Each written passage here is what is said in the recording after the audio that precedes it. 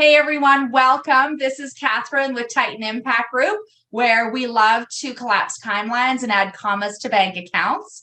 And I am really excited because today we are talking about a portion of investing that I feel is the most important part.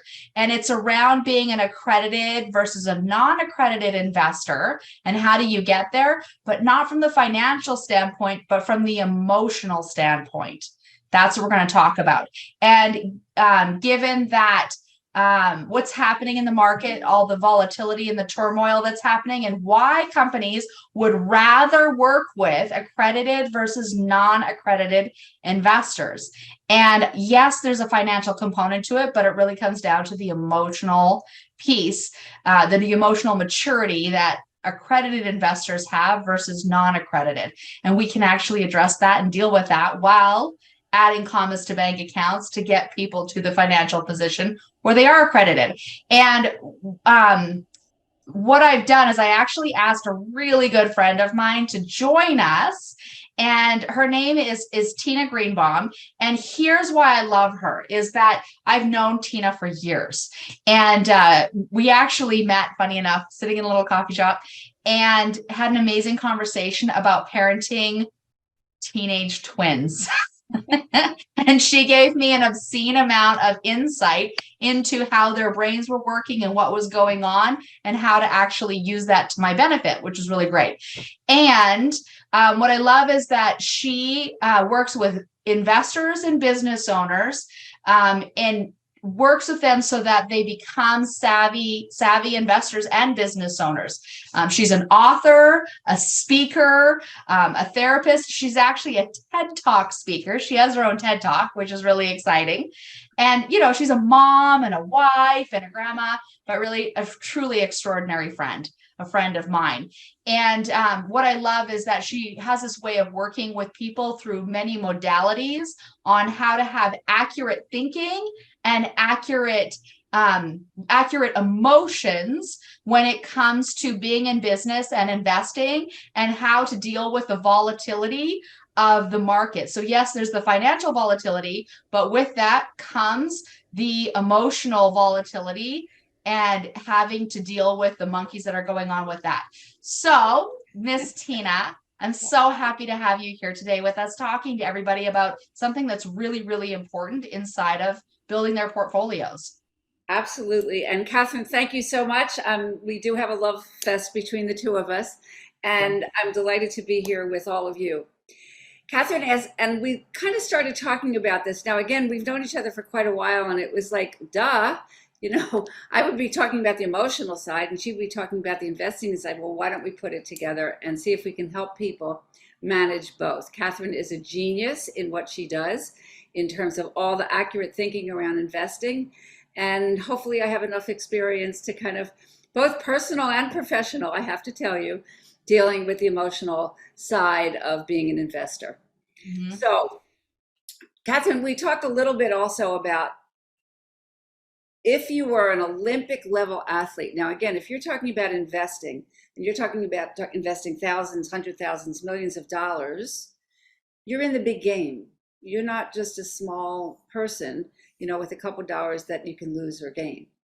Right. So I like to say that if you were an Olympic level athlete, you would no sooner go out there to compete without training the mental side. The mind and the body work together. I like to think of it as an instrument. And when we fine tune this instrument, then we can handle so much of what comes our way. Emotionally. Well, especially nowadays, everybody's clear. I mean, there's this, some people we're in a recession, we're not in a recession, whatever. The recession's coming, whether you believe it's here or not, it's coming. And we know that it's cyclical. All markets are cyclical. There's always, good times, there's always bad times. But how do we deal with that? And more importantly, prepare for it, get out in front of it so that now we can actually use it for our highest and best use. Right? That's what I'm interested in you helping people walk through. Okay, so before we even kind of go there to the things that you can do, I'm just going to tell you just a little sample of an experience that I had with a client. This person was at 32 years old, a wild and crazy entrepreneur with ideas that were as big as the universe. He started the first international art fair in America. He brought European galleries to the US. Nobody had ever done that before. So he was really disrupting the art business. And for 3 years, he was a celebrity, wined and dined in France and the south of France and all kinds of places.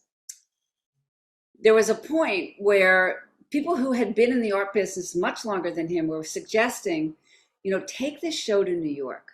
Take the print dealers, take this show to New York. That's where the action is. It's not in Washington, D.C., where he started it. And then the very, very fine art dealers said, let's take the paintings to Chicago. But he thought he was right. He thought he was going to stay where he was because he was afraid of the unions in New York, and he was afraid of some other things. Long and short, the print dealers went to New York, the fine art dealers went to Chicago, and he lost that show. But for 12 years of his life, he attempted to put it back together. And he was talking about the business and the business and the business, but emotionally, he never did the work. And that's kind of, for me, just a glaring example of somebody who was quite brilliant. And unfortunately, his life took a really, really kind of downturn, and he never experienced the potential that he had. Right. That's my story. And I know how deeply that's impacted you because we've talked about it a lot. Just like for me, we had friends back in 2008, 2009, the last time, everybody knows what happened back then. A lot of people lost everything and had to start over. We actually had friends of ours, a husband and wife, that actually committed suicide. Like had they actually had accurate thinking and had their be able to weather the storm emotionally, they wouldn't have done that. Right? I mean, people commit suicide because they feel like there's no other options. Right? And it comes down to the emotional. Like all human beings make choices and actions based on emotions. Right? And the emotions, there's some inaccurate thinking there if we haven't actually done that internal work. Right? And so knowing what we're coming into, what we're already dealing with on many levels, like that is my main concern, and wanting to give people, like, take them to the gym, so to speak, develop that muscle, right? Because when we can go to the gym, and the proverbial gym, and develop that emotional muscle, develop that accurate thinking, then what does that actually give them?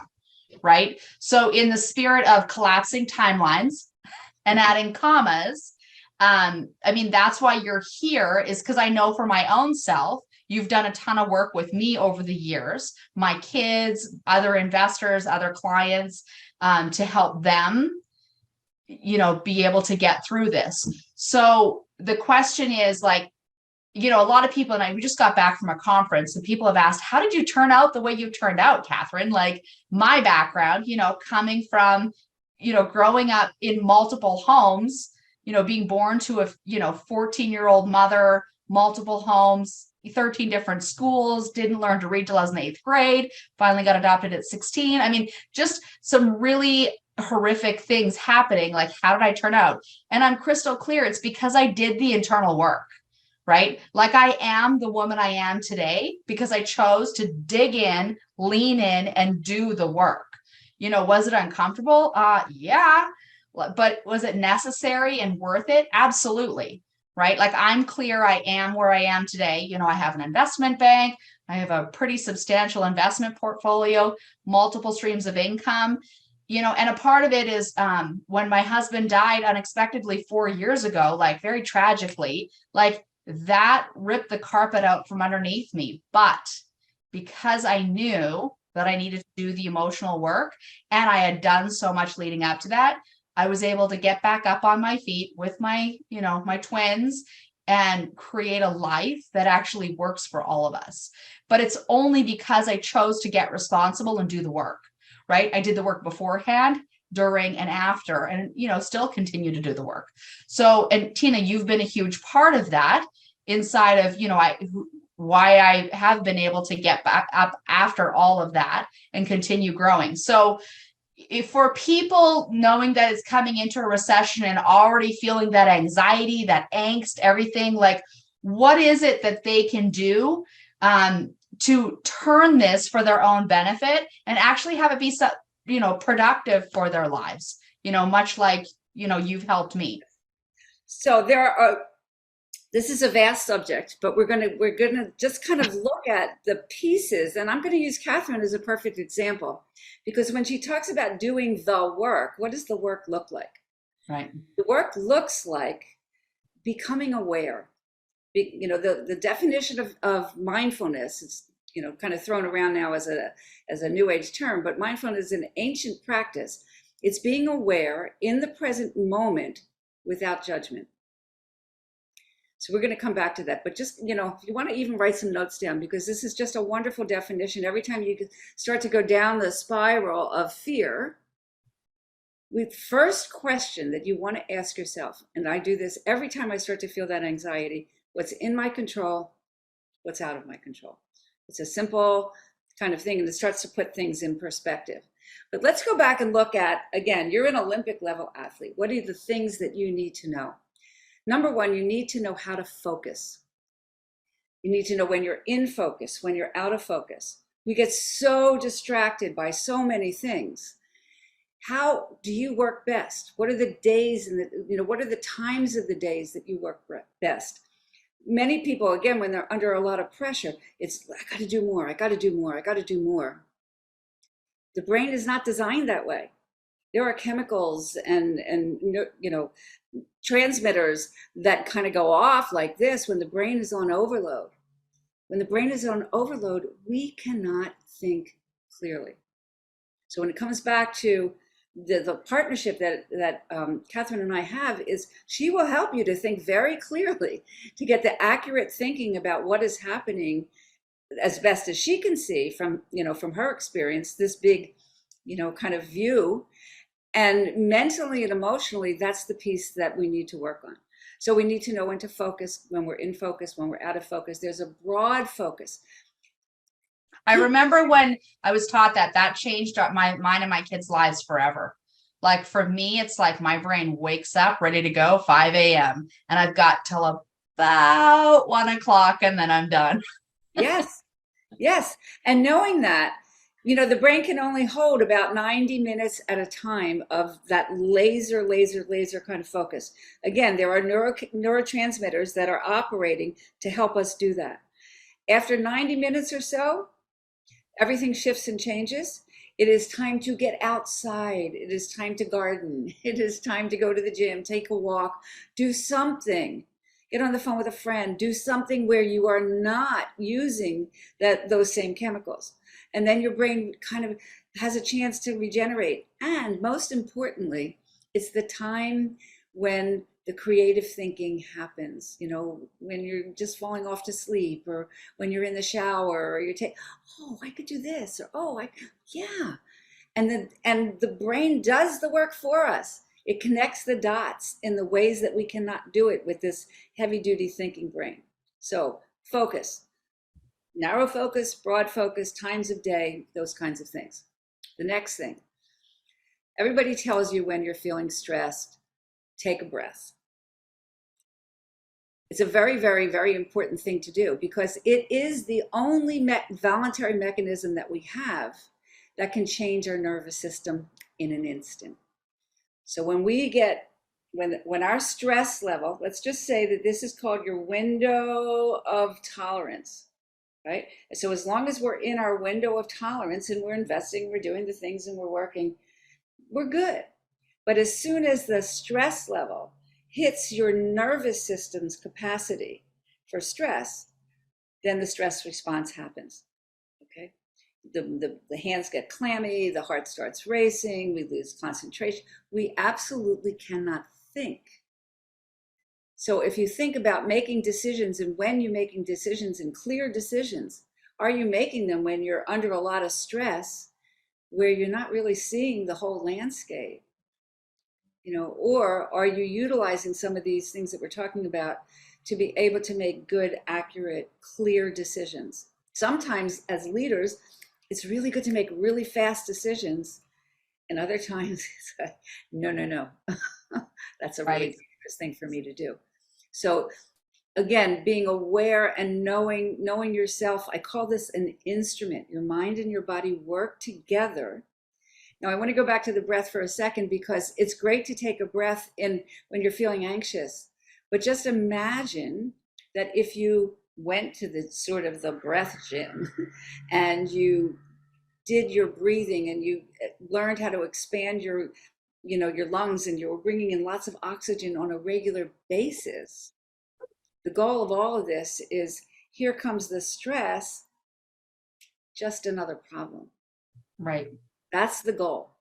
Honestly, that's the benefit of doing all this work, is being able to manage this window of tolerance and have greater and greater amount of tolerance for stress. So we've got focus, we've got relaxation. Now the big one, dealing with negative self-talk. This is the one that takes everybody out. And The monkey, right? unfortunately, your friends who had this inaccurate thinking. Depression comes from feeling hopeless and helpless. Those are the two qualities. As clinicians, we're always looking for how people are thinking on those things. If you don't know the answer, ask for help. You can't Right. possibly know everything. Again, we look at the world through our lens. In my TED Talk, I talked about we create there are patterns that are created in childhood that impact us as grown-ups. Mm-hmm. How many of you have studied yourselves as much as you study your markets and you study your business? Right. I mean, that's really the bottom line. It's not like you have to go back into deep pain and all of this, but we have skills. For a lot of the training that I don't need the whole story, but to be able to connect the mind and the body. These are my emotions. This is what I'm feeling. This is how I'm thinking. How are these two things related? In our culture, we just talk about being above the neck. Mm-hmm. We're looking for logic, but as Catherine said earlier, we make decisions based on emotion. Well, and I feel like people are becoming more and more aware than ever before, that connection, right? That self-awareness, I'm noticing way more people have it, which is brilliant. Which is, again, I've been in this field for many, many, many years, and people say, oh, there's nothing wrong with me. No, there's nothing wrong with you. These are skills, just like things that you learn in school. And how many of you actually studied these skills? What I like to say in my business is, what I talk about is common knowledge. There's nothing I'm going to say to you that you haven't heard these words before. Right. It's common practice. How many of you actually have a practice? I just talked to a young man yesterday, a friend of mine, a young 30-year-old, brilliant entrepreneur, got ideas and family connections, and hadn't talked to him in a while, and he had kept breaking appointments with me, and I looked, and we finally get on, and he's exhausted. He said, I am totally burnt out.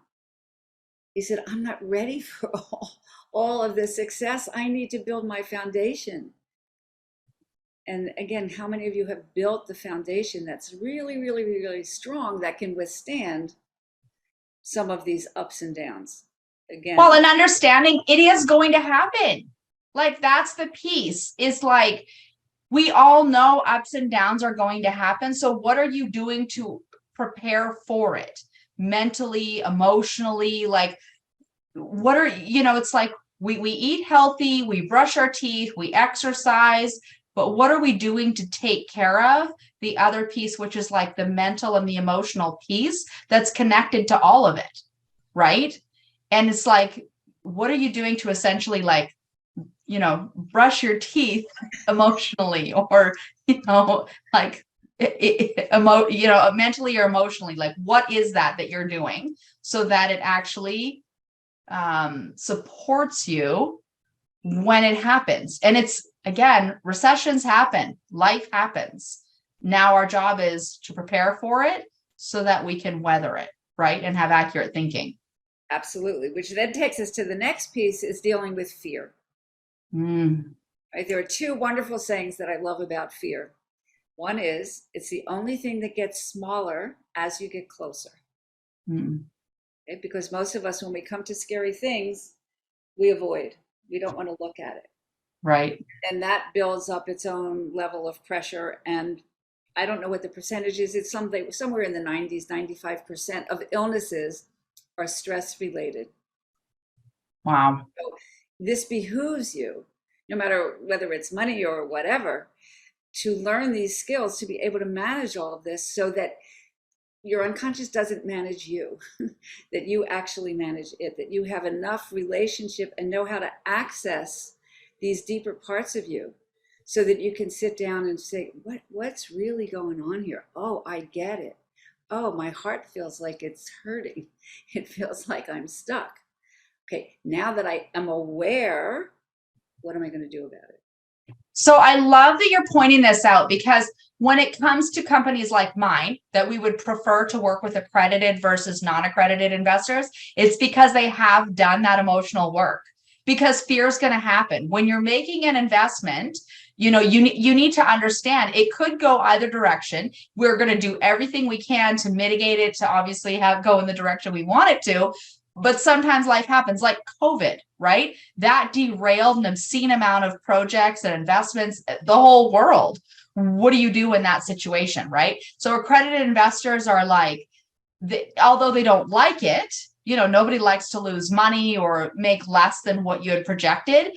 They're like, emotionally having a conversation with them is like, they've got emotional EQ, emotional intelligence, emotional maturity, that they're like, I get it. I don't like it, but I get it. Where a non-accredited investor, well, sometimes they lose their mind because they haven't developed that skill and understand how to deal with the fear, how to deal with the unknown, how to deal with, all of that. So it's understanding that piece of as well as the financial piece. Like it's the emotional piece. And I talk to a lot of companies like mine. We all are, there's the PETA factor, the pain in the, what, which if a non-accredited investor hasn't done the emotional work, they kind of get put into that category where somebody who has done the emotional work, it's like, okay, we can do this. We're on this ride together. Because you have a skill set that you can see things very clearly. Okay, if I move over here, then the consequences are this. If I do this, then the consequences are that. We're dealing with reality. Yes. As opposed to, one of the things that happens with fear a lot is we come into a very irrational place. Right. Things that kind of creep in. What if this happens? And what if that happens? And what if that happens? I was just telling a quick story about, God bless him, my sweet husband. He teaches tennis, and he just has a fabulous, fabulous practice every day, every day, every day. People love him. And then it rains, and then he's not working. And then that child, and he has enough awareness at this point to know that scary part is coming. He doesn't need to worry about his tennis. 2 or 3 days of rain in California is not going to ruin this business. Right. And yet, those kinds of things, they may sound silly, but they're not, And sometimes when we micromanage and we look at every little detail, we are not seeing the big picture, and we don't have the capacity to really bring in these tools. Oh, this is the way I need to be thinking right now. This is what I'm feeling. I'm feeling really anxious. I'm feeling really scared. How come? Right. And what can I do about it? What can I do about it? That's the bigger thing. What can I do about it so that it doesn't develop into this big thing? Yes. Yeah. So Catherine and Erlaine, who was behind the scenes back there, and Laura, who's also, sort of behind the scenes, we meet weekly. We do. Yeah. We have for books. years. For years, we go through books and personal growth books and business books, and you have your book right there behind you. I can see Mastery Under Pressure.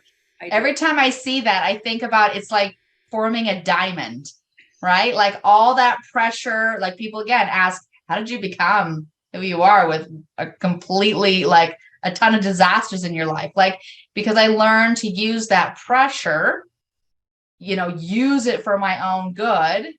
to turn it into something amazing, and everybody can as well. So I know we're coming to the end. I did want to let people ask questions if anybody has questions. And I also want to let people know how to get a hold of you, because this is a big deal. Again, any investors, business owners, if you don't feel emotionally prepared to weather what's coming, I invite you to consider going to the gym with Tina, developing that muscle so that you can weather what's coming. It's coming. You just need to get out in front of it and use it for your benefit. And you can do that, with Tina. So Tina, how can people get a hold of you? A couple things. One, and we can put it in the chat. Berlin, maybe you'll put it in the chat for us if you would. That would be awesome. I have a quiz. It's called masteryunderpressure.net. And you can see where you are. We didn't get to visualization but there are 5 skills that you need to learn. So you can take a quiz on that. You can, my calendar, I'll put in here as well. You can make an appointment to talk to me. And the third thing, we had 3 things. Your book. My book. Your book. And I'll put that on here in the chat as well. You can get it on Amazon. I love it. Yeah. So I just want to thank you for your time. And really, Tina, I just thank you for what you've done for me and my kids. You've been there for us through really my darkest hour, So I'm clear that having you by my side, walking through, this nightmare with us, it made a huge difference to me and my kiddos. So for you, I'm forever grateful. And I'm grateful for you working with our investors to get them to the place where they're dealing with their own emotions, to have accurate thinking, to become brilliant accredited investors. Awesome. We're just about out of time. If anybody wants to stay on for another minute or 2, and if you have any questions, we're happy to answer them.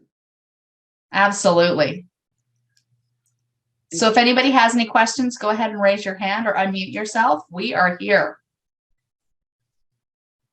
No questions. I think we made them think a lot, which is always a thing.